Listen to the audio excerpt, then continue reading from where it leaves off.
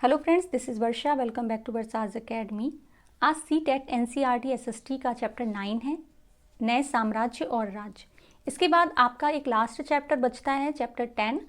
इसके बाद में चैप्टर 1 से लेकर 10 का एक कंपाइल मैराथन करा देंगे, जिसमें इंपॉर्टेंट पॉइंट ही सिर्फ पढ़ाए जाएंगे आपको, तो वो ज़रूर देखिएगा। जिन्होंने भी अलग अलग वीडियोस नहीं देखे हैं, अगर वो सिर्फ एक वीडियो देख लेगा तो चैप्टर 6 की जो पूरी हिस्ट्री है वो अच्छे से कवर हो जाएगी। ओके, ये वाला जो आपको मैराथन क्लास है वो संडे को मिलेगा। ओके, तो आज बढ़ते हैं चैप्टर 9 में। देखिए क्या क्या है, नए साम्राज्य और राज। तो यहाँ पर अरविंद राजा बना, मतलब अरविंद अपने स्कूल में खेले जाने वाले नाटक में राजा की भूमिका अदा करने के लिए चुना गया। आप सभी जानते हैं स्कूलों में नाटक, रंगमंच वगैरह होते रहते हैं। उसने सोचा था कि वह शाही वेशभूषा में मूंछ पर ताव देते हुए रुपहले कागज में लिपटी तलवार को शान से पकड़कर चहलकदमी करेगा। जरा सोचो, उसे कितनी हैरानी हुई जब उसे बताया गया कि उसे बैठकर वीणा भी बजानी होगी, कविता पाठ भी करना होगा। यह एक संगीतज्ञ राजा है। अब आप बताइए कि ऐसा कौन सा राजा है जो वीणा भी बजाता था, कविता पाठ भी करता था। ठीक है, तो आज हम उसके बारे में यहाँ पर पढ़ेंगे। अब देखिए क्या बताती हैं प्रशस्तियाँ। तो यहाँ पर प्रशस्तियों के बारे में बात करेंगे। दरअसल अरविंद गुप्त वंश के प्रसिद्ध राजा समुद्रगुप्त की भूमिका अदा करने जा रहा था। तो यहाँ पर जो लाइन की है कि गुप्त वंश के कौन से राजा है, समुद्रगुप्त है। क्वेश्चन ऐसे भी बन सकता है कि समुद्रगुप्त जो है वो किस वंश से संबंधित है, तो आपको पता होना चाहिए वो गुप्त वंश से हैं। समुद्रगुप्त के बारे में हमें इलाहाबाद में अशोक स्तंभ पर खुदे एक लंबे अभिलेख से पता चलता है। तो ये लाइन भी यहाँ पर याद रखिएगा कि समुद्रगुप्त के बारे में हमें कहाँ से पता चलता है, तो इलाहाबाद में एक अशोक स्तंभ है, उस पर वहाँ पर हमें समुद्रगुप्त के बारे में पता चलता है। इसकी रचना समुद्रगुप्त के दरबार में कवि व मंत्री रहे हरिशेन द्वारा एक काव्य के रूप में की गई थी। तो ये मोस्ट इम्पॉर्टेंट है, ठीक है, याद रखिएगा कि समुद्रगुप्त के बारे में इलाहाबाद में एक अशोक स्तंभ है, उस पर हमें लंबे अभिलेख से पता चलता है कि समुद्रगुप्त गुप्त वंश के राजा थे। और ये अभिलेख लिखा किसने है, तो समुद्रगुप्त के दरबार में जो कवि रहे हैं हरिशेन, उन्होंने इसको लिखा है। ये एक विशेष किस्म का अभिलेख है जिसे प्रशस्ति कहते हैं। ठीक है, तो इसका पूरा नाम इलाहाबाद प्रशस्ति है, ऐसे याद रखिएगा आप लोग। ये एक संस्कृत शब्द है, इसका अर्थ प्रशंसा होता है। ठीक है, तो वहाँ के जो राजा होते थे, राजा के जो कवि रहे हैं, तो कवि राजाओं की प्रशस्ति प्रशंसा के लिए अभिलेख लिखा करते थे। तो वही यहाँ पर भी हरिशेन ने किया। हरिशेन ने समुद्रगुप्त के बारे में इलाहाबाद प्रशस्ति पर लिखा। ओके, प्रशस्तियाँ लिखने का प्रचलन पहले भी था, जैसे कि हम लोग पहले गौतमी पुत्र श्री सातकर्णी के बारे में पढ़ चुके हैं, परंतु गुप्त काल में इसका महत्व और बढ़ गया। तो यहाँ पर याद रखने वाली कौन कौन सी बातें हैं कि समुद्रगुप्त गुप्त वंश से संबंधित हैं, इनके बारे में हमें इलाहाबाद के अशोक स्तंभ पर खुदे लंबे अभिलेख से पता चलता है। ये अभिलेख किसने लिखा, तो हरिशेन ने लिखा है, वो जो उनके दरबारी कवि थे, और इसको प्रशस्ति कहते हैं। यानी कि हमें समुद्रगुप्त के बारे में इलाहाबाद प्रशस्ति से पता चलता है। ओके, नेक्स्ट है समुद्रगुप्त की प्रशस्ति। समुद्रगुप्त की प्रशस्ति हमें क्या बताती है, कवि ने इसमें राजा की एक योद्धा, युद्धों को जीतने वाले राजा, विद्वान और एक उत्कृष्ट कवि के रूप में प्रशंसा की है। तो इन प्रशस्ति से हमें पता चला कि जो समुद्रगुप्त थे वो बहुत बड़े कवि भी रहे हैं। ठीक है, यहाँ तक कि उसे ईश्वर के बराबर बताया गया था। प्रशस्ति में लंबे लंबे वाक्य दिए गए हैं, वहाँ वैसे ही एक वाक्य का अंश दिया गया है। तो देखते हैं भाई अंश क्या है। योद्धा समुद्रगुप्त, देखिए उस प्रशस्ति में क्या लिखा है वो यहाँ पर बताया गया कि जिनका शरीर युद्ध मैदान में कठोर कुल्हाड़ियों, तीरों, भालों, बर्छों, तलवारों, लोहों की गदाओं, नुकीले तीरों और अन्य सैकड़ों हथियारों से लगे घावों के द्वारा दाग से भरे होने के कारण अत्यंत सुंदर दिखता है। तो आप सभी जानते हैं कि राजा होते हैं वो युद्ध पर जाते हैं तो इन चीज़ों से घायल होते रहते हैं। ठीक है, तो उनके दाग के कारण भी वो सुंदर दिखते हैं, ऐसे समुद्रगुप्त थे। ठीक है, ये वर्णन समुद्रगुप्त के बारे में यहाँ पर है। नेक्स्ट है पाओगे एक क्षेत्र को हरे रंग से रंगा गया है। तो ये जो आपको PDF मिल रही है उसमें से देख लीजिएगा, तुम्हें पूर्वी समुद्र तट के साथ साथ एक क्रम में लाल बिंदु दिखेंगे, उसी तरह कुछ क्षेत्र बैगनी और नीले रंग के भी मिलेंगे। इस मानचित्र में इस प्रशस्ति में प्राप्त जानकारियों के आधार पर बनाया गया है। हरिशेन 4 विभिन्न प्रकार के राजाओं और उनके प्रति समुद्रगुप्त की नीतियों का वर्णन करते हैं। हरिशेन किनके बारे में, समुद्रगुप्त की नीतियों के बारे में और 4 राजाओं के बारे में वर्णन करते हैं। देखिए ये वीणा बजाते हुए, वीणा बजाने वाला राजा। समुद्रगुप्त के कुछ अन्य गुणों को सिक्कों पर दर्शाया गया। जैसे इस सिक्के में उन्हें वीणा बजाते हुए दिखाया गया है। तो यहाँ पर देख लीजिए आप, वीणा बजाते हुए वो दिखाई दे रहे हैं। ठीक है, तो देखते हैं और जो 4 प्रकार बताए हैं वो देख लेते हैं, 4 विभिन्न प्रकार के राजाओं के बारे में। मानचित्र में हरे रंग का क्षेत्र आर्यावर्त के उन 9 शासकों का है जिन्हें समुद्रगुप्त ने हराकर उनके राज्यों को अपने साम्राज्य में मिला लिया। तो याद रखिएगा, आर्यावर्त के जो 9 शासक हैं उनको किसने हराया है? समुद्रगुप्त ने हराकर उनके राज्यों को अपने साम्राज्य में मिला लिया। इसके बाद दक्षिणापथ के 12 शासक आते हैं। इनमें से कुछ की राजधानियों को दिखाने के लिए मानचित्र पर लाल बिंदु दिए गए हैं। इन सब ने हारे जाने पर समुद्रगुप्त के सामने समर्पण किया था। समुद्रगुप्त ने उन्हें फिर से शासन करने की अनुमति दी। तो याद रखिए कि आर्यावर्त के जो 9 शासक थे, 9 राजा थे, उनको समुद्रगुप्त ने हराकर उनके राज्यों को अपने साम्राज्य में शामिल किया। लेकिन दक्षिणापथ के जो 12 शासक थे उनको हराकर समुद्रगुप्त ने उनके शासन को दोबारा से उनको वापस कर दिया। क्यों? क्योंकि उन्होंने क्या किया था? राजा के सामने, समुद्रगुप्त के सामने आत्मसमर्पण कर दिया था। उन्होंने हार मान ली और उन्होंने ये कहा कि आप हमें मेरा शासन दे दीजिए, हम आपको कर के रूप में भुगतान करते रहेंगे। तो ये यहाँ पर आप समझ गए। नेक्स्ट है, पड़ोसी देशों का आंतरिक घेरा बैगनी रंग से रंगा गया। इसमें असम, तटीय बंगाल, नेपाल और उत्तर पश्चिम के कई गण या संघ आते हैं। ये समुद्रगुप्त के लिए उपहार लाते थे, उनकी आज्ञाओं का पालन करते थे, उनके दरबार में उपस्थित हुआ करते थे। ठीक है, ये पड़ोसी जो देश हैं उनके बारे में यहाँ पर बात हो रही है। असम, तटीय बंगाल, नेपाल, उत्तर पश्चिम के जो संघ हैं वो समुद्रगुप्त के लिए क्या लाते थे? उपहार लाते थे। बाह्य इलाके के जो शासक थे उन्हें नीले रंग से रंगा गया। संभवतः कुषाण तथा शक वंश के थे। संभवतः मतलब यहाँ पर कोई बात निश्चित तौर पर नहीं की जा रही है, अनुमान लगाया जा रहा है। इसमें श्रीलंका के शासक भी थे। उन्होंने समुद्रगुप्त की अधीनता स्वीकार की और अपनी पुत्रियों का विवाह उनसे किया। तो समुद्रगुप्त ने किसकी जो पुत्री है उससे विवाह किया? तो वो श्रीलंका के शासक थे। उन्होंने समुद्रगुप्त की जो अधीनता थी वो स्वीकार की। तो अब यहाँ पर ये जो मानचित्र है उसको आप देख सकते हैं। ठीक है, पूरे मानचित्र में यहाँ पर देखिए जो रेड डॉट हैं, काले डॉट बने हुए हैं, हरा, कुछ क्षेत्र को हरे रंग से किया गया है, कुछ गुलाबी कलर है। तो वो चीज़ें यहाँ पर इन्होंने बताई थी कि जो बैगनी रंग से रंगा गया है वो पड़ोसी देश हैं। ठीक है, तो ये सारी चीज़ें यहाँ पर इन्होंने ऊपर डिस्कस की हैं। अब बात करते हैं वंशावलियों की। वंशावलियों के बारे में हम पहले भी जान चुके हैं जब हमने अशोक के बारे में पढ़ा था कि वंशावलियाँ क्या होती हैं। प्रशस्तियाँ शासकों के पूर्वजों के बारे में भी बताती हैं। ये प्रशस्ति भी समुद्रगुप्त के पितामह यानी कि परदादा, दादा, पिता और माता के बारे में बताती है। पहले क्या होता था, राजा किसी वंश की स्थापना करते थे, फिर उनका बेटा शासक करता था, फिर उस बेटे का बेटा शासक करता था। इसी तरह जो वंश है, जो राजा है, वो वंशावलियों पर आधारित था। उनकी माँ कुमारी देवी लिच्छवी गढ़ की थी। तो यहाँ पर किसकी बात हो रही है? समुद्रगुप्त की बात हो रही है। और पिता चंद्रगुप्त गुप्त वंश से के पहले शासक थे। जो चंद्रगुप्त थे ये गुप्त वंश के पहले शासक थे। उसके बाद समुद्रगुप्त हुए। उन्होंने महाराजाधिराज जैसी बड़ी उपाधि धारण की थी। किसने? चंद्रगुप्त की बात हो रही है। समुद्रगुप्त ने भी यह उपाधि धारण की। मतलब पहले महाराजाधिराज की जो उपाधि है वो चंद्रगुप्त ने धारण की थी, उसके बाद समुद्रगुप्त ने की है।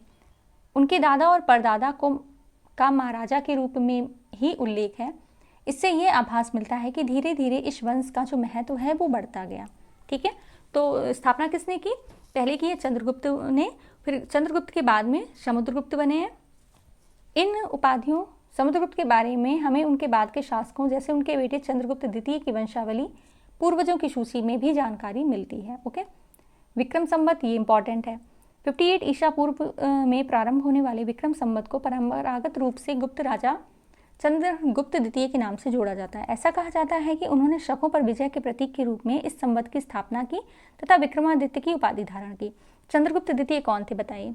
चंद्रगुप्त द्वितीय जो है वो समुद्रगुप्त के बेटे थे। उन्होंने जब शकों पर विजय प्राप्त की तब उन्होंने इस संवत की, विक्रम संवत की स्थापना की और विक्रमादित्य की उपाधि धारण की। जो अभी हमने पॉइंट्स बोले हैं उनको आप नोट कर लीजिएगा, रिपीट करके क्लास यहाँ पर देख लीजिएगा, बहुत इंपॉर्टेंट पॉइंट है यहाँ पर।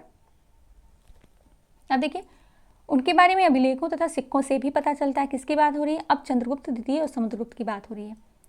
उन्होंने पश्चिम भारत में सैन्य अभियान में अंतिम शक शासक को परास्त किया। बाद में ऐसा विश्वास किया जाने लगा कि उनका दरबार विद्वानों से भरा है। इनमें से कुछ के बारे में हम चैप्टर 10 में पढ़ेंगे। तो यहाँ पर आपने पूरा समुद्रगुप्त और चंद्रगुप्त के बारे में जाना और पढ़ा। अब बात करते हैं हर्षवर्धन तथा हर्षचरित की। ये भी बहुत इम्पॉर्टेंट है। जिस तरह गुप्त वंश के शासकों के बारे में अभिलेखों तथा सिक्कों से पता चलता है, उसी तरह कुछ अन्य शासकों के बारे में उनकी जीवनी से पता चलता है।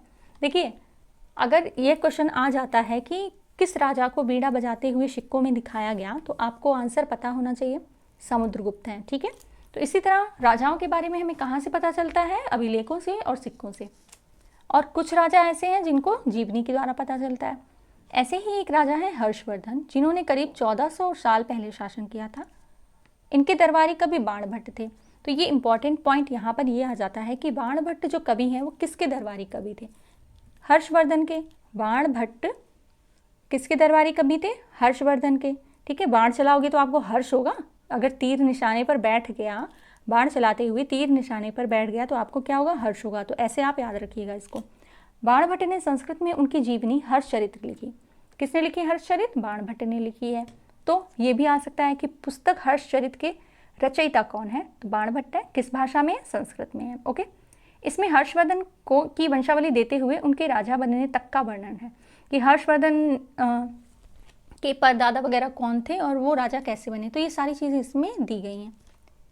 चीनी तीर्थयात्री स्वयं तत्सांग, जिनके बारे में हम लोग चैप्टर 8 में पढ़ा है, काफ़ी समय के लिए हर्ष के दरबार में रहे। उन्होंने क्या किया था? नालंदा विश्वविद्यालय गए थे, है ना, हम लोग ये पढ़ चुके हैं। उन्होंने वहाँ जो कुछ देखा उसका विस्तृत विवरण दिया। कोई भी यात्रा करता था तो वो पुस्तक ज़रूर लिखता था कि उनका यात्रा वृत्तांत क्या रहा। हर्ष के पिता के सबसे बड़े बेटे नहीं थे, पर अपने पिता और बड़े भाई की मृत्यु हो जाने पर थानेसर के राजा बने। सबसे पहले जो हर्षवर्धन थानेसर के राजा कैसे बने? जब उनके पिता की मृत्यु हो गई, बड़े भाई की मृत्यु हो गई, उसके बाद वो थानेसर के राजा बने। उनके बहनोई कन्नौज के शासक थे। जो ऊपर मैप गया है उसमें आप कन्नौज देख लीजिएगा। जब बंगाल के शासक ने उन्हें मार डाला तो हर्ष ने कन्नौज को अपने अधीन कर लिया और बंगाल पर आक्रमण कर दिया। बंगाल के शासक ने किसको मारा था? हर्ष के बहनोई को। ओके, मगध तथा संभवतः बंगाल को भी जीतकर उन्हें पूर्व में जितनी सफलता मिली थी उतनी सफलता अन्य जगहों पर नहीं मिली। जब उन्होंने नर्मदा नदी को पार कर दक्कन की ओर आगे बढ़ने की कोशिश की, तब चालुक्य नरेश पुलकेशिन द्वितीय ने उन्हें रोक दिया। अब यहाँ पर एक इम्पॉर्टेंट पॉइंट ये बनता है, देखिए, थानेसर के राजा बने, ये याद रखिएगा। हर्षवर्धन की प्रथम राजधानी कौन सी थी? थानेसर थी, क्योंकि वो थानेसर के राजा बने।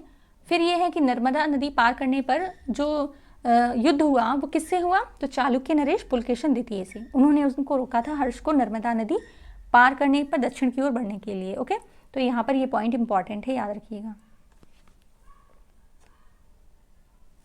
अब बात करते हैं पल्लव, चालुक्य और पुलकेशिन द्वितीय की प्रशस्तियों के बारे में। इस काल में पल्लव चालुक्य दक्षिण भारत के सबसे महत्वपूर्ण राजवंश थे। पल्लवों का राजा उनकी राजधानी कांचीपुरम के आसपास के क्षेत्रों से लेकर कावेरी नदी के डेल्टा तक फैला था, जबकि चालुक्यों का राजा कृष्णा और तुंगभद्रा नदियों के बीच स्थित था। तो आप यहाँ पर ये देख लीजिएगा, पल्लवों का जो राज है वो कहाँ से कहाँ तक है? कांचीपुरम के आसपास के क्षेत्रों से लेकर कावेरी नदी के डेल्टा तक। और चालुक्यों का जो राज्य है वो कृष्णा नदी और तुंगभद्रा नदियों के बीच में स्थित था। तो ये पॉइंट याद रखिएगा। चालुक्यों की जो राजधानी थी वो ऐहोल थी। यह एक प्रमुख व्यापारिक केंद्र था। इस तरह से आ सकता है क्वेश्चन कि चालुक्यों की के समय पर व्यापारिक केंद्र कौन सा है? तो ऐहोल है, और उनकी राजधानी भी ऐहोल थी। धीरे धीरे ये एक धार्मिक केंद्र भी बन गया जहाँ कई मंदिर थे। पल्लव और चालुक्य एक दूसरे की सीमाओं को अतिक्रमण करते थे, मतलब आगे बढ़ाते थे वो अपनी सीमाओं को। ठीक है, मुख्य रूप से राजधानियों को निशाना बनाया जाता था जो कि समृद्ध शहर थे। जो भी राजधानी होती है, आप सब भी अभी भी देख सकते हैं कि जो भी किसी भी राज्य की राजधानी होती है वो सबसे ज़्यादा समृद्ध शहर होती है। ओके, पुलकेशिन द्वितीय सबसे प्रसिद्ध चालुक्य राजा थे। इनके बारे में हमें उनके दरबारी कवि रवि कीर्ति द्वारा रचित प्रशस्ति से पता चलता है। तो पुलकेशिन के जो दरबारी कवि थे उनका नाम क्या है? रवि कीर्ति।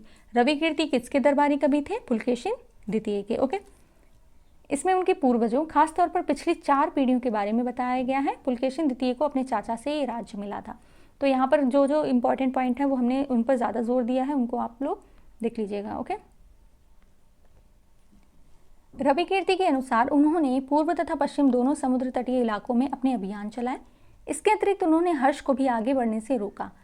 कहाँ पर रोका था? नर्मदा नदी पर, याद रखिएगा नर्मदा नदी पर रोका था, क्योंकि हर्ष क्या कर रहे थे? हर्ष दक्कन की तरफ बढ़ रहे थे, तो वहाँ पर पुलकेशिन द्वितीय ने हर्ष को रोक लिया था। ओके, नर्मदा नदी याद रखिएगा। हर्ष का अर्थ क्या होता है? आनंद होता है।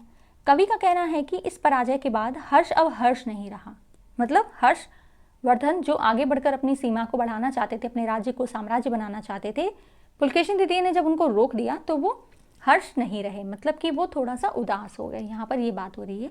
पुलकेशिन द्वितीय ने पल्लव राजा के ऊपर भी आक्रमण किया, जिसे कांचीपुरम की दीवार के पीछे शरण लेनी पड़ी। पर चालुक्यों की विजय अल्पकालीन थी। अल्पकालीन मतलब कुछ ही समय के लिए थी। लड़ाई के दोनों वंश दुर्बल होते गए। पल्लवों और चालुक्यों को अंततः राष्ट्रकूट तथा चोल वंशों ने समाप्त कर दिया। जब दो भाई आपस में ज़्यादा लड़ते हैं तो क्या होता है? उनकी जो शक्ति है वो कम हो जाती है, फिर एक तीसरा आकर उन पर अपना आधिपत्य जमा लेता है। तो यहाँ पर ये सीख हमको मिलती है। ओके, नेक्स्ट देखते हैं, इन राज्यों का प्रशासन कैसे चलता था।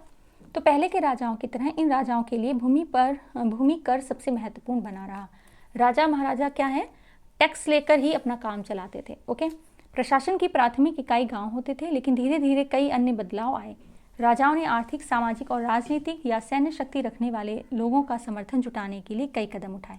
बताया था ना, जो ज़्यादा जिनके पास ज़्यादा भूमि थी, जो जमींदार थे राजा, उनको और लोगों से लगान लेने के लिए, कर वसूलने के लिए अधिकारी बना देते थे। ठीक है, तो इस तरह क्या होता था, उनको भी कुछ उपहार और उनको अपने अंडर रखने के लिए कुछ उपहार, कुछ ज़मीन वगैरह देनी पड़ती थी।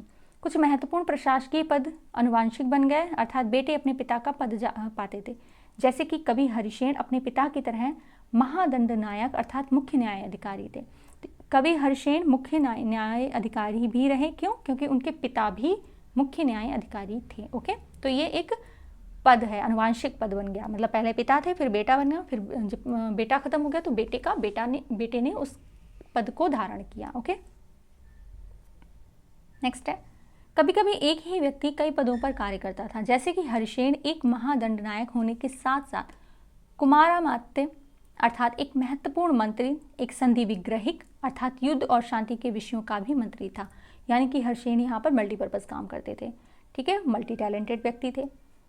नेक्स्ट है, संभवतः यहाँ के स्थानीय प्रशासन में प्रमुख व्यक्तियों का बहुत बोलबाला था। इनमें नगर श्रेष्ठी यानी मुख्य बैंकर, नगर श्रेष्ठी किसको कहते हैं? बैंकर को, जो पैसा लेन देन वगैरह रखता है, या शहर का व्यापारी, सार्थवा यानी कि व्यापारियों के काफिले का नेता, प्रथम कुलिक अर्थात मुख्य शिल्पकार तथा कायस्थों यानी लिपिकों के प्रधान जैसे लोग थे। अब यहाँ पर प्रश्न कैसे बनेगा, देखिए, सार्थवा किसको कहते हैं? तो आपको पता होना चाहिए कि वो व्यापारियों के काफिले के नेता को कहते हैं। नगर श्रेष्ठी किसको कहते हैं? मुख्य बैंकर को कहते हैं। प्रथम कुलिक किसको कहते हैं? मुख्य शिल्पकार को कहते हैं। तो यहाँ पर जो अभी हमने बोला है ये पॉइंट याद रखने वाले हैं। ओके, इस तरह की नीतियाँ कुछ हद तक प्रभावशाली होती थी, पर समय के साथ साथ इनमें कुछ व्यक्ति इतने अधिक शक्तिशाली हो जाते थे कि अपना स्वतंत्र राज्य स्थापित कर लेते थे। ठीक है, जब ज़्यादा पैसा हो जाता है तो क्या होता है, लोग अपनी फैक्ट्री खोल लेते हैं। होटल में वर्कर काम करते हैं, लेकिन जब वो सारी डिशेस वगैरह सीख लेते हैं तो अपना अलग होटल खोल लेते हैं। तो यही यहाँ पर भी एक रूल अप्लाई हुआ। ओके, एक नए प्रकार की सेना। कुछ राजा अभी भी पुराने राजाओं की तरह सुसंगठित सेना रखते थे, जिसमें हाथी, रथ, घुड़सवार, पैदल सिपाही होते थे। पर इसके साथ साथ कुछ सेना नायक भी होते थे, जो आवश्यकता पड़ने पर राजा को सैनिक सहायता दिया करते थे। ठीक है, इन सेना नायकों को कोई नियमित वेतन नहीं दिया जाता था, बदले में इनमें से कुछ को भूमि दान दिया जाता था। मतलब वेतन न देकर, जो सेना में लोग थे, सैनिक थे, उनको वेतन न देकर भूमि दी जाती थी। ओके, दी गई भूमि से ये कर वसूलते थे, जिससे वे सेना तथा घोड़ों की देखभाल करते थे। साथ ही वे इससे युद्ध के लिए हथियार जुटाते थे। इस तरह के व्यक्ति सामंत कहलाते थे। जहाँ कहीं भी शासक दुर्बल होते थे, वे सामंत स्वतंत्र होने की कोशिश करते थे। तो यहाँ पर आप पॉइंट समझ गए होंगे। नेक्स्ट है, दक्षिण राज्यों में सभाएं कैसे होती थी। तो पल्लवों के अभिलेखों में कई स्थानीय सभाओं की चर्चा है। इनमें से एक था ब्राह्मण भूस्वामियों का संगठन, जिसे सभा कहते थे। ठीक है, ब्राह्मण भूस्वामियों के जो संगठन है उसको क्या कहते थे? सभा कहते थे। ये सभाएं उप समितियों के जरिए सिंचाई, खेती बाड़ी से जुड़ी विभिन्न काम, सड़क निर्माण, स्थानीय मंदिरों की देखरेख आदि का काम करती थी। ब्राह्मण भूस्वामियों की जो संगठन था उसको सभा कहते थे पल्लवों के समय पर, और ये सारे ही जो काम है वो वही देखते थे। जिन इलाकों में भूस्वामी ब्राह्मण नहीं थे वहाँ उर नामक ग्राम सभा के होने की बात कही गई है। क्या नाम है? उर। नगरम व्यापारियों के एक संगठन का नाम था। संभवतः इन सभाओं पर धनी तथा शक्तिशाली भूस्वामियों तथा व्यापारियों का नियंत्रण था। इनमें से बहुत सी स्थानीय सभाएं शताब्दियों तक काम करती रहीं। ओके, मतलब बहुत समय तक काम करती रहीं। नेक्स्ट है, उस जमाने में आम लोग कैसे होते थे? तो जनसाधारण के जीवन की थोड़ी बहुत झलक हमें नाटकों तथा कुछ अन्य स्रोतों से मिलती हैं। देख लेते हैं। जैसे कि कालिदास के बारे में, चंद्रगुप्त द्वितीय के समय के हैं ये। देखते हैं। कालिदास अपने नाटकों में राज दरबार के जीवन के चित्रण के लिए प्रसिद्ध हैं। इन नाटकों में एक रोचक बात यह है कि राजा और अधिकांश ब्राह्मणों को संस्कृत बोलते हुए दिखाया जा गया है, ठीक है, जबकि अन्य लोग तथा महिलाएं प्राकृत बोलते हुए दिखाए गए हैं। उनका सबसे प्रसिद्ध नाटक अभिज्ञान शाकुंतलम दुष्यंत नामक एक राजा और शकुंतला नाम की एक युवती की प्रेम कहानी है। इस नाटक में एक गरीब मछुआरे के साथ राजकर्मियों का दुर्व्यवहार की बात कही गई है। तो यहाँ पर याद रखिएगा कि अभिज्ञान शाकुंतलम जो प्रसिद्ध नाटक है वो किसका है? कालिदास का है, जिसमें दुष्यंत नामक राजा है और शकुंतला नामक युवती है, ठीक है। तो इतना पॉइंट यहाँ पर याद रखने के लिए है।